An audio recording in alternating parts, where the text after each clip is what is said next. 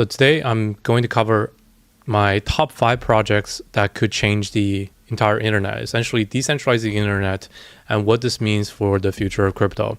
Now, these projects we're going to talk about today are often referred to the Web3 altcoins. So what exactly does this mean? This Web3 concept is usually very vague, so I really want to give you guys a perspective first. So the goal of today's projects are to facilitate a decentralized internet with decentralized applications that are not finance related specifically. Instead, we're talking about infrastructure projects that enable decentralized web hosting, cloud storage, cloud computing, internet bandwidth sharing, etc. So I really believe this sector of crypto is still heavily underexplored because there are only a couple of projects in each subcategory. However, the potential adoption of a decentralized internet is much larger than just decentralized finance. And that sector is already dominated by Ethereum anyways. So that's why today I'll cover the top contenders in this sector and break down my investment strategy for each one. Okay, so if you're new here to the channel, welcome back to the Virtual Bacon channel. My name is Dennis. I'm a crypto angel investor for the past 5 years, and I have invested in over 100 crypto startups. On this channel, I share my views on the market trends and investing strategy to build wealth in crypto. Okay, let's get into a little bit of background first around this whole concept of a decentralized web. So really quick, just a little bit of background. What exactly is cloud computing? Why is this so significant, right? Did you know that Amazon, Google, and Microsoft together control about 80% of the entire internet via cloud computing today? So here is a breakdown of the cloud infrastructure services market. So you see Amazon has 32% dominance, Microsoft 23, I'm actually blocking this, Microsoft 23, Google GCP is 10%, and the others are 26 and 9%. So this is not just for applications that are under their brands. So even though as we speak, we are both connected through Google's cloud platform, talking to us on YouTube, which is connecting us and getting this video feed. If they decide to cut this off, we can lose all of our data and access. However, even if you are on a website that is not owned by Google, most likely these services and apps that you use are still hosted on one of these 3 large cloud providers. So if Amazon decides to shut down its cloud, literally 32% of all websites and apps will stop working on the internet. So it doesn't matter what website it is, what app it is. This is the true centralization problem of the internet today. So whoever hosts these servers controls the access, controls all the data and the storage. And if they do not want certain types of content, they can easily censor it.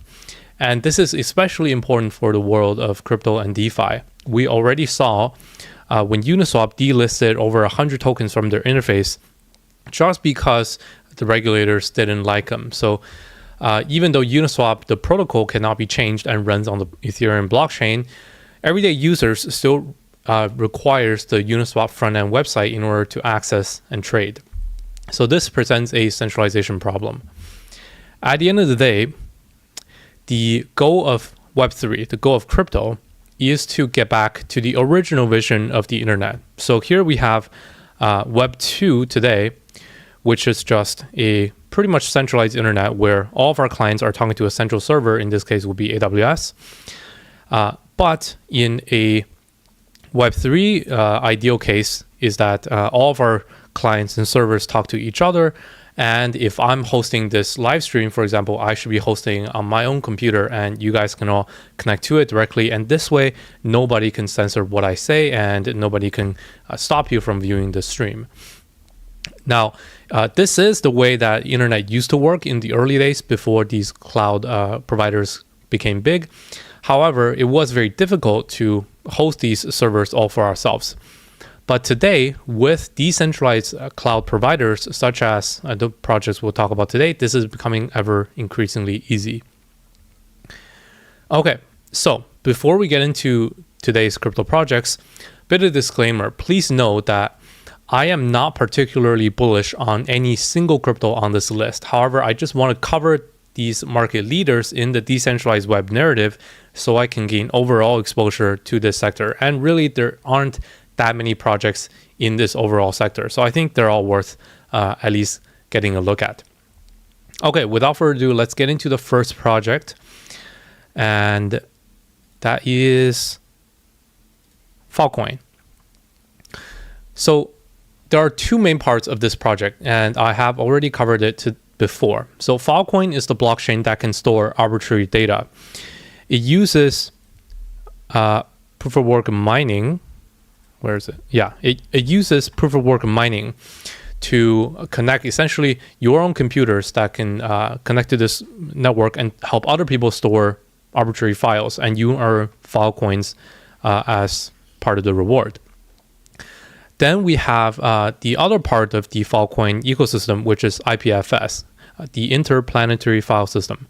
Now, this is a software protocol built by the Filecoin team, and it is essentially a peer-to-peer storage and hosting layer that allows anyone to host websites without using a centralized cloud. So going back to our main goal here. Now, when combining Filecoin and IPFS, essentially users can host any type of front-end websites in a completely decentralized way. So a couple examples here. There's already a completely decentralized Wikipedia that you can access through IPFS, and that's backed up on Filecoin.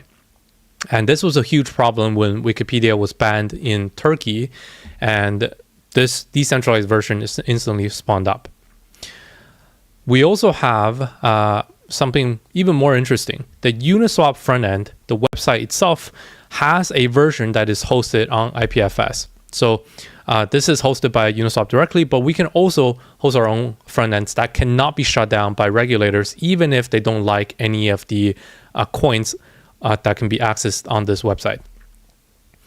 Now, the one main limitation of using Filecoin and IPFS for cloud hosting is that it can only host front-end websites that are either based on text, like in the case of Uniswap, like in the case of Wikipedia, where you just have text and a bunch of images, kind of like a blog, or if it is a front-end interface that directly connects to a smart contract.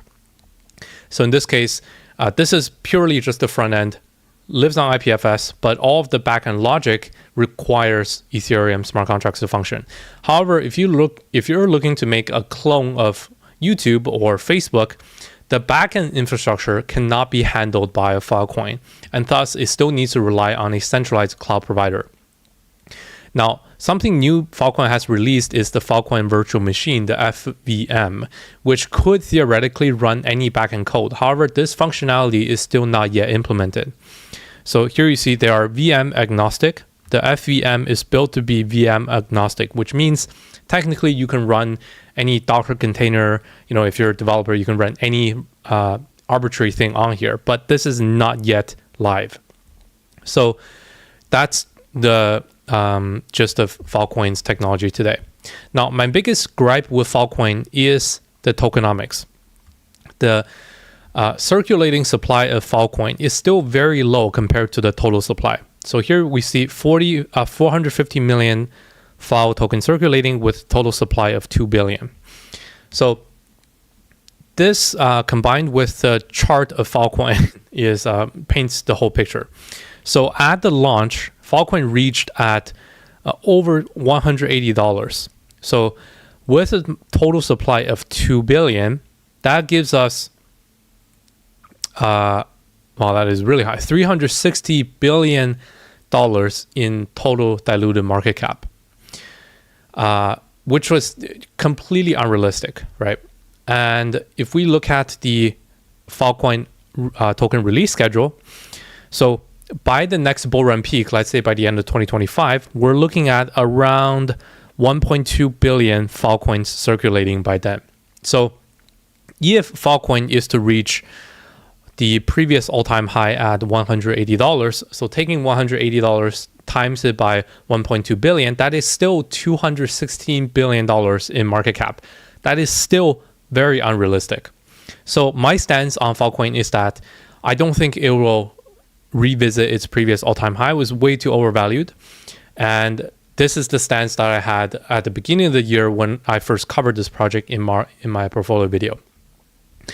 I think the technology of Filecoin is amazing, and it is likely the top 2 project that can seriously bring a decentralized internet to life. However, price-wise, we likely won't revisit a all-time high. And ideally, I would like to see Filecoin's circulating supply to get closer to the $1.9 billion supply mark. So in terms of actual token unlocks, you see this unlock period is still sloping up until the end of 2026. So all in all, tokenomics are not the best for Filecoin, and this is why you see this market cap is at 1.4 billion, but the fully diluted valuation is still over 6 billion. So let's say if fully diluted valuation can get to 2 to 3 billion, I think then the value will be a lot more worth it when looking at some of the other competitors we'll look at today. Okay, next project I wanted to cover is one that we are familiar with, and that is Arweave. So Arweave offers a permanent storage blockchain, very similar to Filecoin. However, Arweave uses a truly permanent model where you pay once upfront and your data is stored forever. So you don't really have to worry about long-term hosting costs. This is one advantage it has over Filecoin. We have covered Arweave very in-depth in our earlier videos. So in my top cryptos for the next bull run video, this one right here, I have covered Arweave very in-depth, as well as my crypto portfolio video. Now, go ahead and watch this video if you want a whole breakdown of this project. Now, I really kind of want to gloss through this because since I covered it, Arweave in the beginning of the year until now, really nothing has changed. So the metrics for Arweave have always looked good. So if we look at the circulating supply versus total supply, almost all of the tokens are circulating, which means the tokenomics are very good. There are no dumping pressure coming to the market. And the total cumulative weave size for Arweave has always been increasing, which means the total amount of data stored on the blockchain is increasing. Now, despite all of this, Arweave's price have still been consistently going down for the past year. This is really, honestly, very sad. And why is this the case? I think a couple reasons. Number one, there has been a significant lack of updates coming from the team.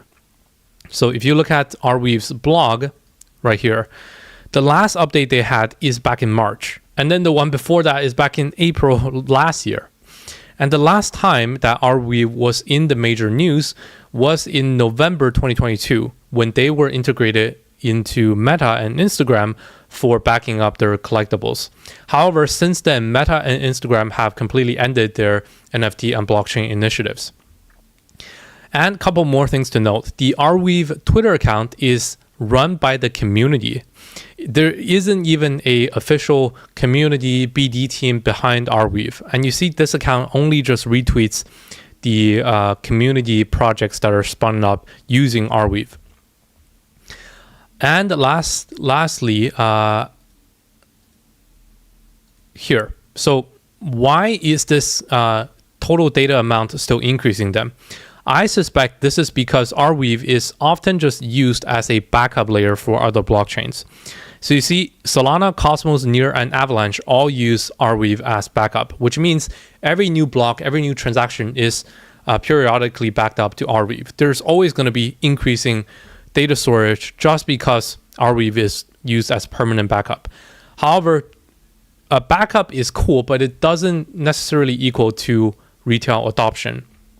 This is what truly matters. And Arweave is clearly lacking in this region. So unlike on Filecoin and IPFS, there isn't a very clear and easy way to host your own website on Arweave today. So you can use one of these applications that lets you essentially store your files on Arweave. So here you see this is kind of like Google Drive, where you can upload files and store it on Arweave.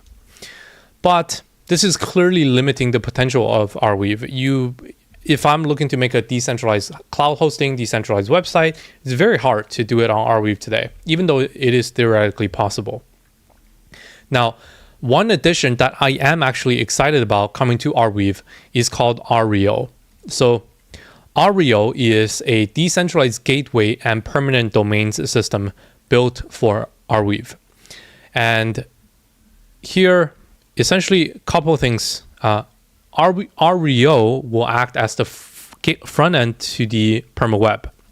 So this is actually taking care of some of the crucial infrastructure, such as data retrieval, caching, and serving and indexing transactions into a database. So essentially, Arweave to Arweave is like the IPFS to Filecoin. This is the missing piece that Arweave has been just lacking for the longest time. There isn't a very easy way to onboard your stuff onto Arweave.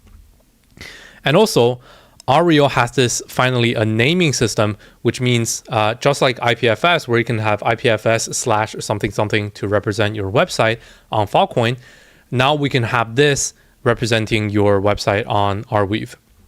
Now, the Arweave testnet just went live a couple months ago, and there is even a IO token airdrop, they call it incentive, for participating on this testnet. So if you are interested in the Arweave ecosystem, definitely you should check out the Arweave project. Just go on ar.io. And I think this is one of the biggest upgrades and one of the biggest projects coming to the Arweave ecosystem for a very long time. So hopefully after the Arweave layer launches on mainnet, we can finally see some new life in Arweave for it to compete with Filecoin now that it finally has that IPFS equivalent layer. Okay, that's Arweave. Moving on, the third project I wanted to cover is definitely a sleeper pick. And you guys are going to think this is controversial, but I actually am really warming up to ICP, Internet Computer. So ICP is by far the most advanced decentralized cloud infrastructure project today. And it is more advanced than Arweave, way more advanced than Arweave, and even more advanced and more ready than Filecoin. And I'll show you exactly why. You see a lot of tabs here. So at its core, ICP Internet Computer has the same goal as Filecoin and Arweave. It wants to build a decentralized internet that can host anything that a traditional cloud provider does, but in a self-owned and transparent way. So very much the same. Now, what differentiates ICP is that it is truly capable of hosting anything, just like using traditional cloud like AWS or Google GCP. So I'll show you some examples here. Here you see the kind of overview of how ICP works. So ICP, everything on ICP runs in these kind of what they call canisters. So canisters allow developers to host any decentralized application. And you see, this kind of format is very similar to a traditional cloud. So you have your client, which is like our browser, or if you're on your phone, and then you go through a gateway. And here you go through the ICP nodes, and then underneath you have these canisters and subnets. These are very similar to, let's say, Docker containers within a AWS cloud ecosystem. So some of these containers will host games. They can host, video streaming. They can host websites. They can host. They can be used for data storage. So this kind of a design is much more generic. So it enables generic sets of rules and sets of codes to be run within the same cloud without defining like you can only run certain static websites or certain front ends, like the limitations on Filecoin and Arweave. So here I had a comparison graph that I put together myself, actually. So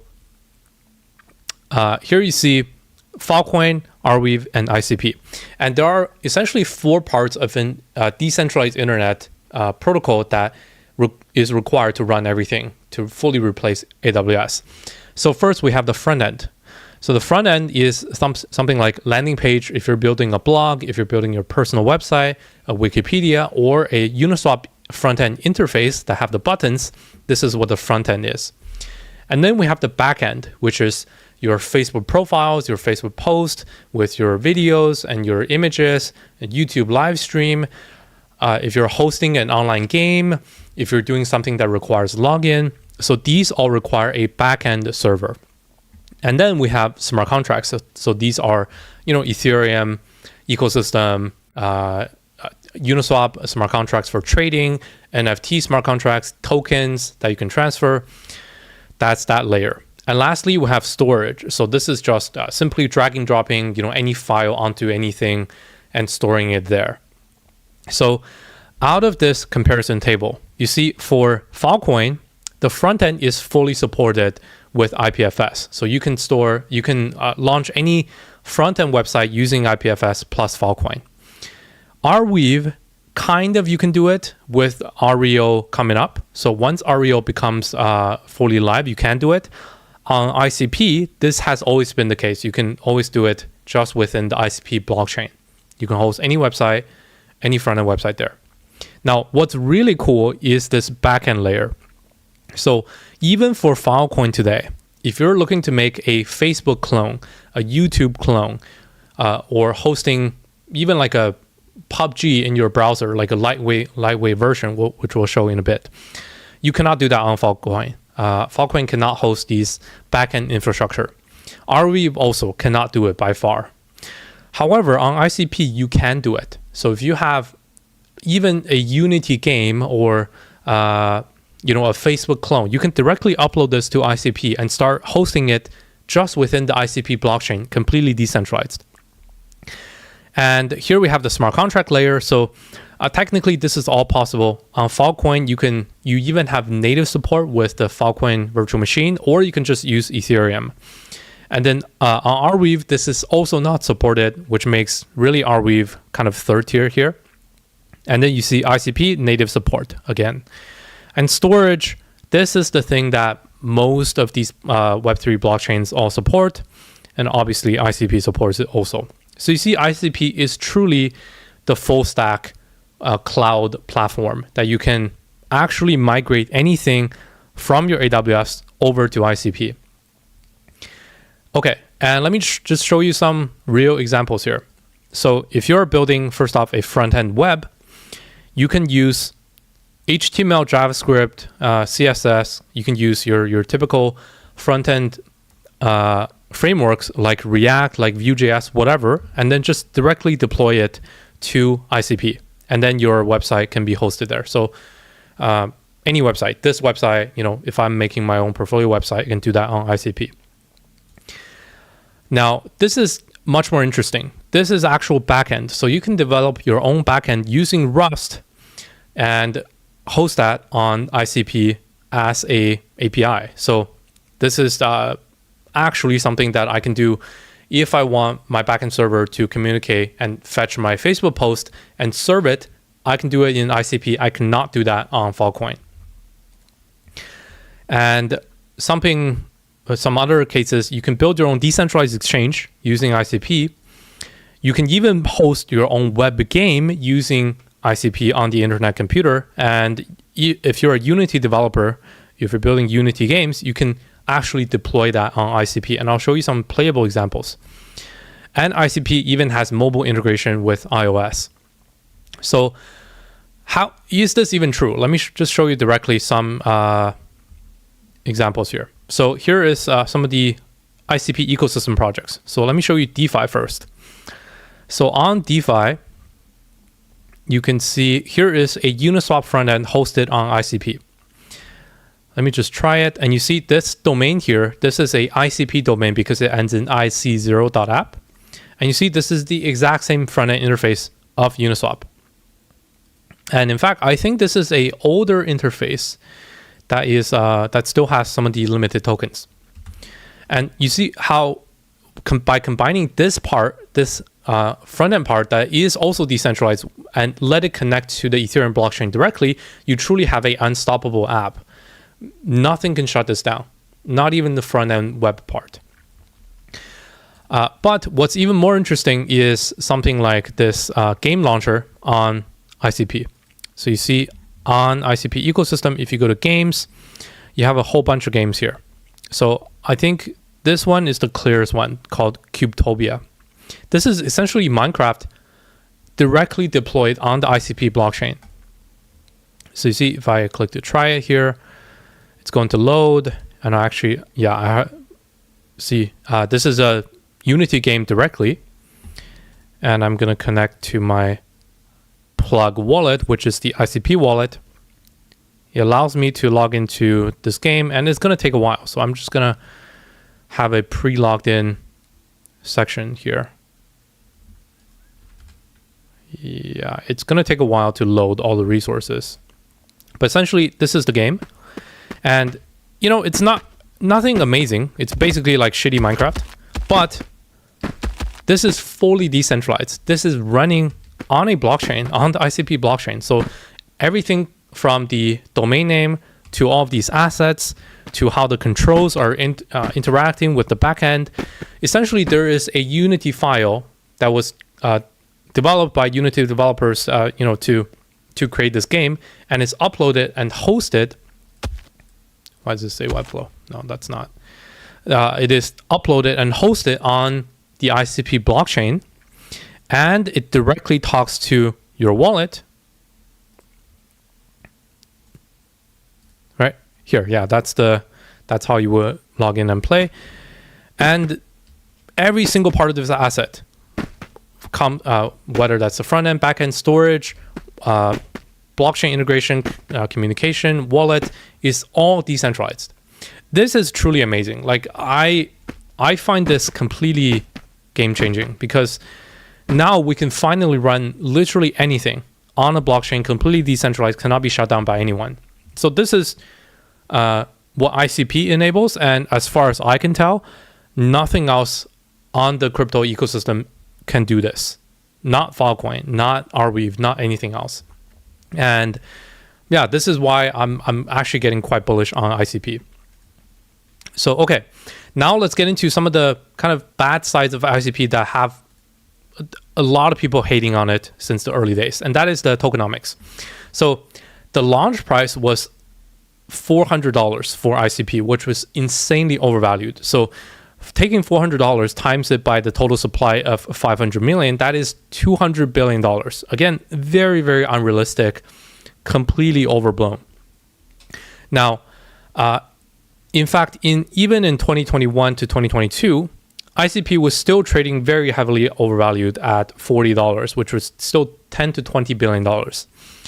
However, since then, price has had a huge correction down to now only $6 for the past year. See, for the past year has been trading kind of $3 to $6. Very cheap now. And get this, the circulating supply is pretty much all out. So 445 million tokens out of 506 million tokens are circulating. So 89% of the tokens are all circulating, which means, yes, the initial early investors made a lot of money, but they have all finished dumping.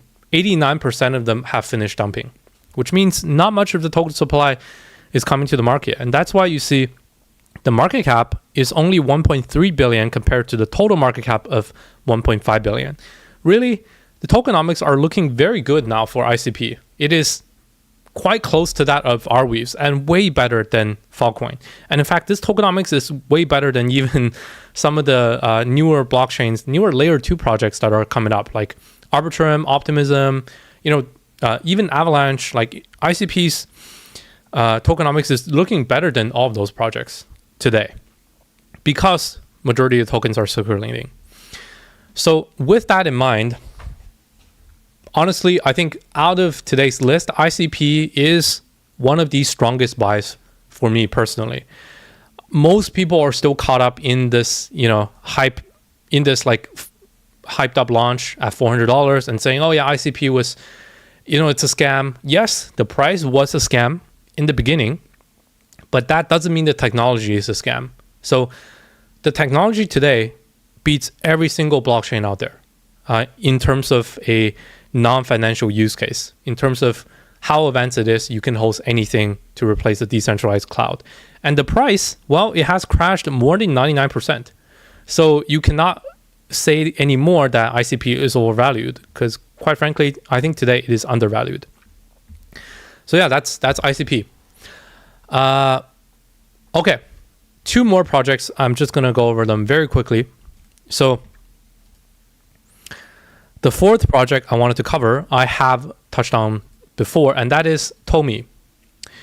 So Tomi is another project that's looking to build a decentralized internet. Now, this project is more about freedom of speech, data ownership, and anti-censorship.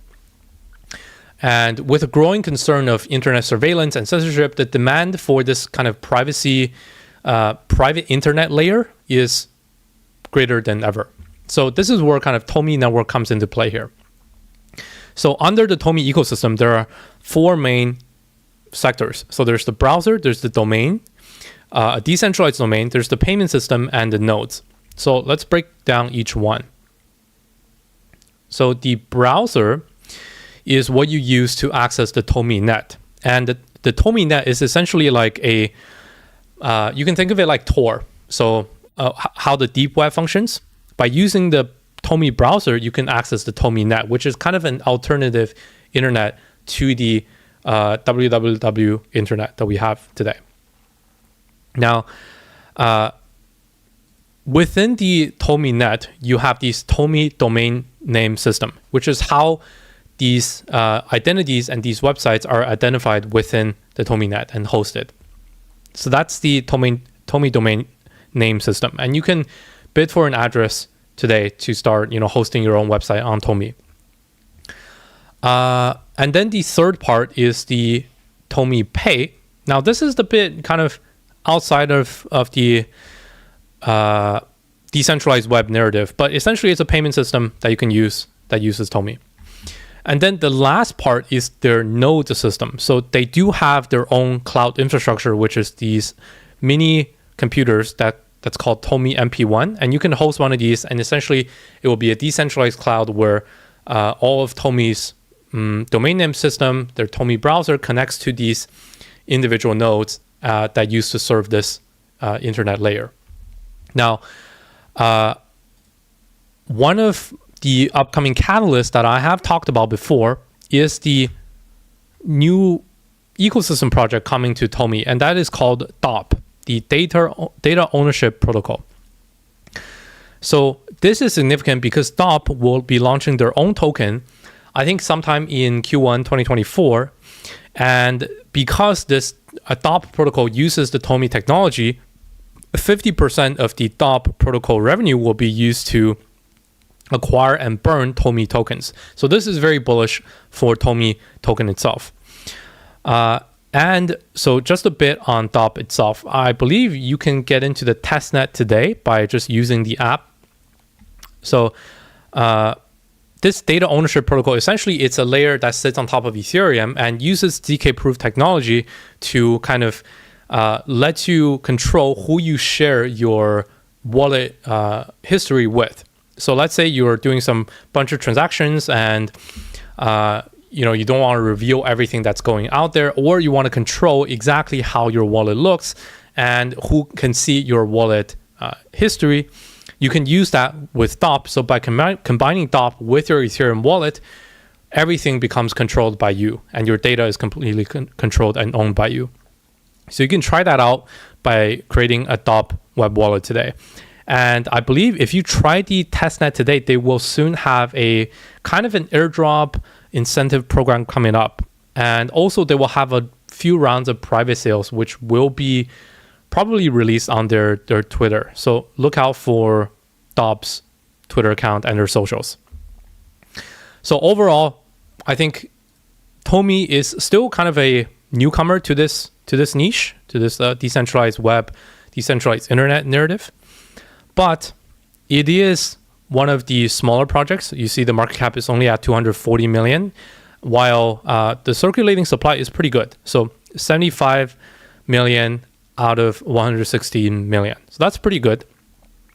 And also price performance has been really good since the beginning of the year. So launched at around 30 cents, peaked at over $5, and now it has seen this retracement back down to below 2 cents.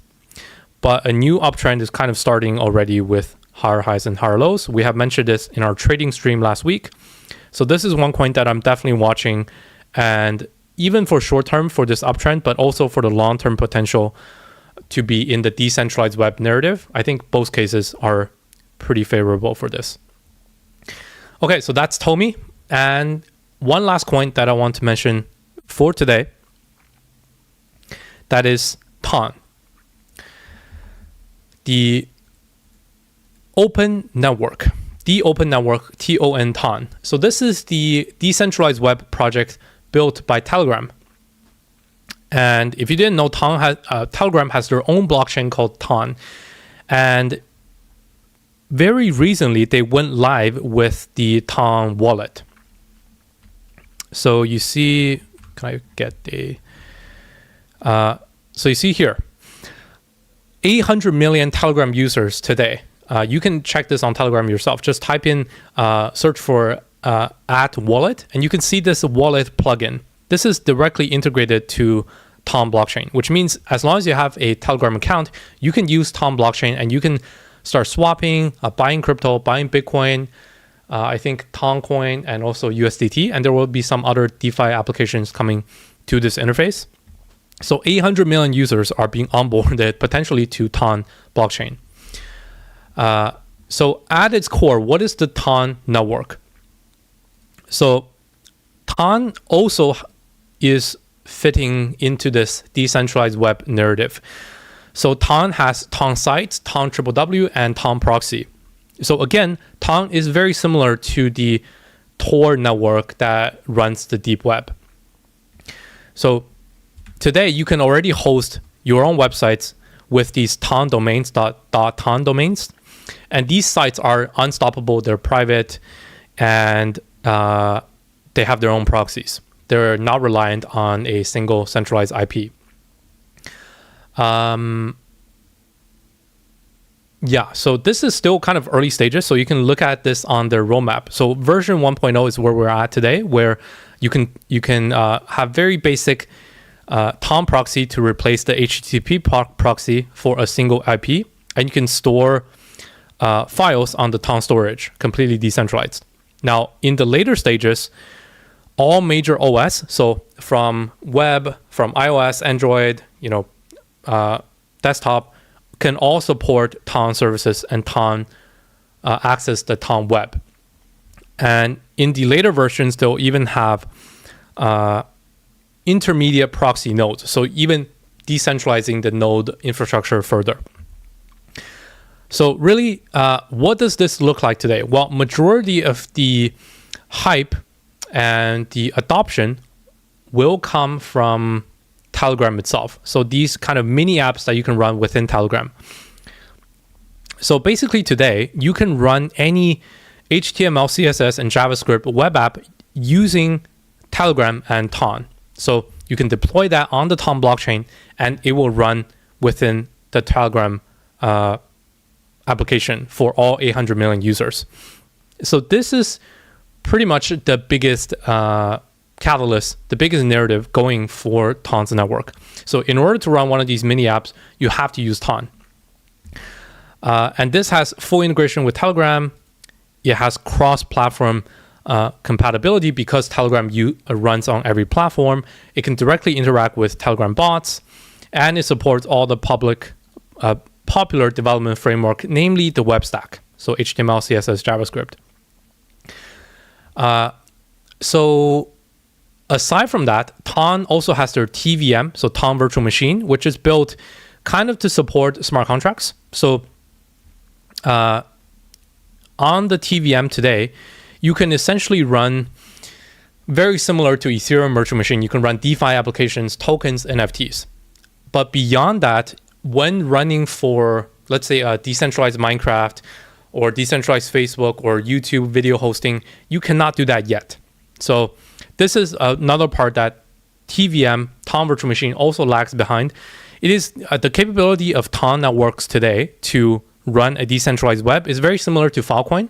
You can run basic static web hosting and DeFi applications, but you cannot run arbitrary cloud hosting applications like on ICP. So ICP is still superior to Ton technology today. Okay, and lastly, Ton was in my portfolio video at the beginning of the year. And let's just cover price very briefly. So Ton's price has not made a new all-time high since the beginning of the year. So we covered it right around the $2 mark, and it is up a little bit, but the token ranking has surged to almost top 10. This is because a large portion of the new supply has come to the market. So you see the circulating supply at the beginning of the year, I believe was around like 1 to 2 billion, but it has grown almost double to 3.5 billion. So this is why the market cap is now at 7.5 billion out of the 11 billion fully diluted. So all in all, I think Ton is still a bit overvalued because of this tokenomics, because essentially there is too much of a potential circulating supply that can still come to the market. And it seems like these circulating supply are coming up very quickly. I couldn't really find a clear unlock schedule for Ton, which means I'm going to wait a bit more. So ideally, I would like to see this circulating supply continue to be released very quickly and reach maybe 4.5 billion supply circulating. By then, the market cap will be very similar to the fully diluted market cap, which means there's not going to be much more selling pressure coming on. Then I think Ton will be much more fairly priced, and I can judge it much more favorably when the tokenomics is clear. So I would like to see a larger portion of the supply release first in order to avoid the sell pressure.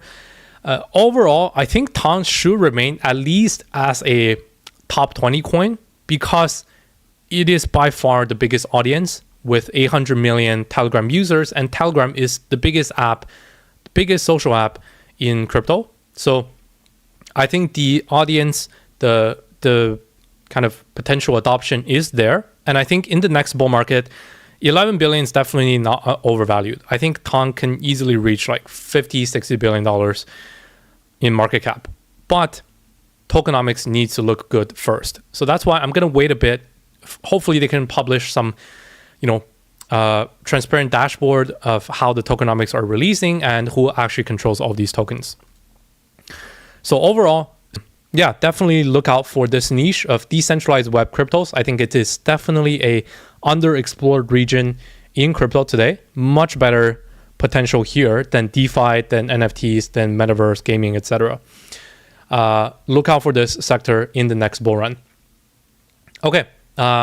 Thanks you for joining, and I'll see you guys in the next video. Make sure to follow me on Twitter, virtualbacon.com for our copy trading, all the links below.